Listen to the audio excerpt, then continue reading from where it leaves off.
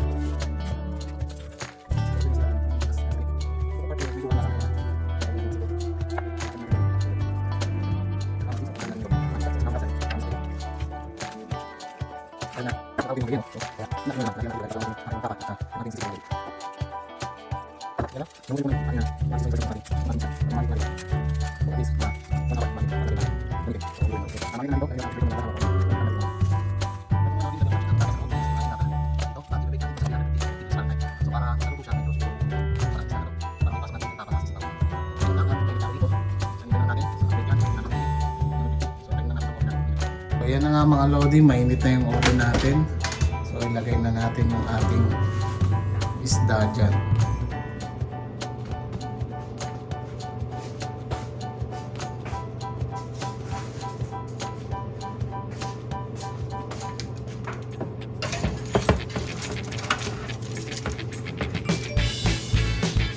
Minutes mga lodi.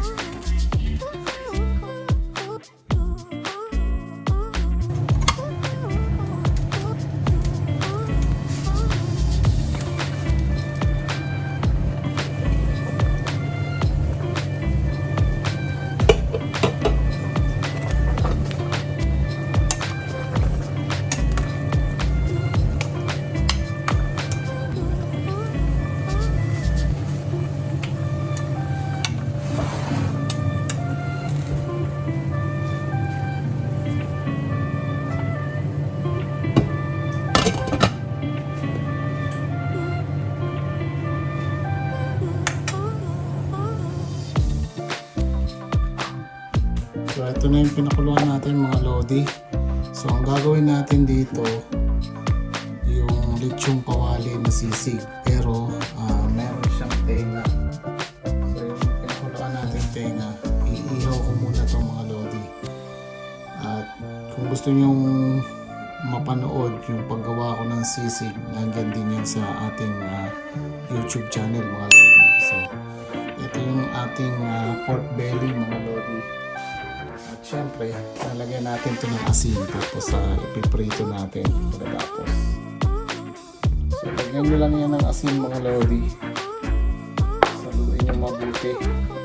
At syempre, patutuyuin natin to.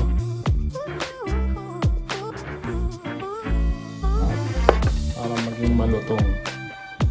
So huwag nyong hayaang basa tapos iluluto ninyo. Kailangan medyo naka-air dry na. So tuyo na ng kaunti yung ating meat bago nyo po iprito para talagang crispy yung magiging kalalabasan niya mga lodi. So ganyan lang yung technique ng ating lechon kawali.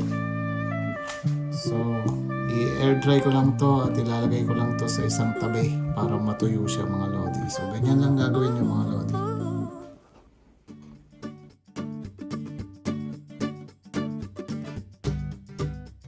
So yun lang mga lodi, ito yung ating gagawin sisig pork belly na lechon kawali. Tapos pipiliin natin itong ating tapa. So yun lang yung pipiliin natin. Pipiliin natin ang tapa. Okay, ito yung ating tapa na tawag. Lalagyan natin syempre. Lalagyan natin itong ating pork belly.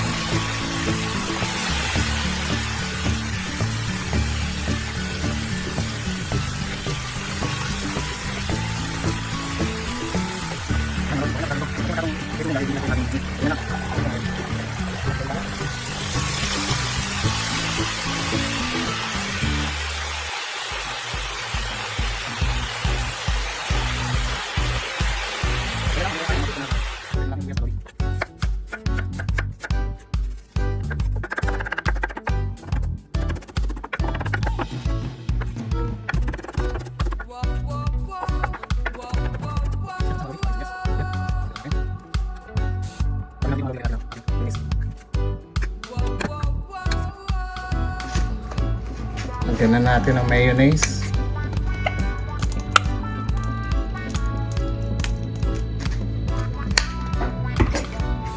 At syempre, haluin na natin yan.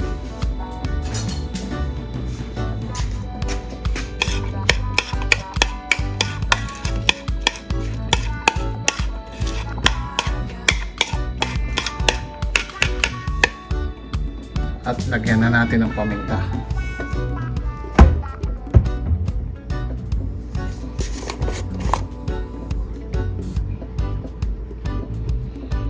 Konti lang mga lodi.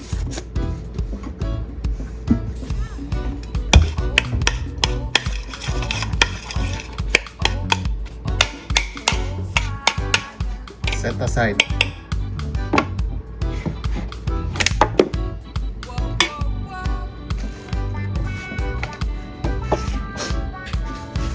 Ang ating ginawa mga lodi, ihiwain lang natin to mga lodi.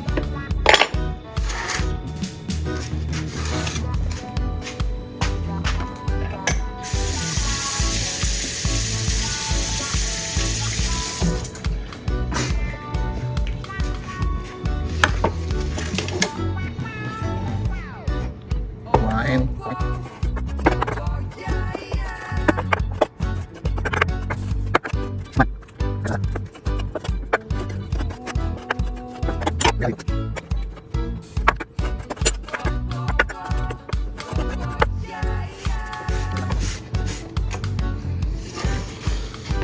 ito yung ating ginawa na belly. Lagay na rin natin to dito mga lodi.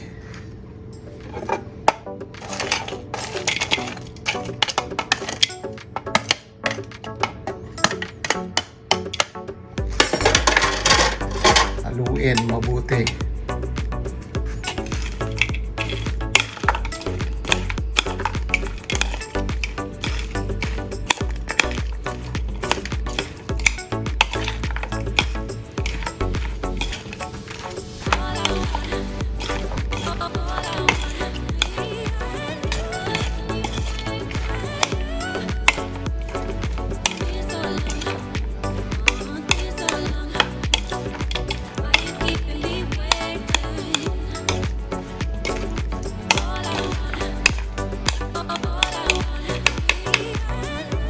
Ayos. Pampalaman na yan.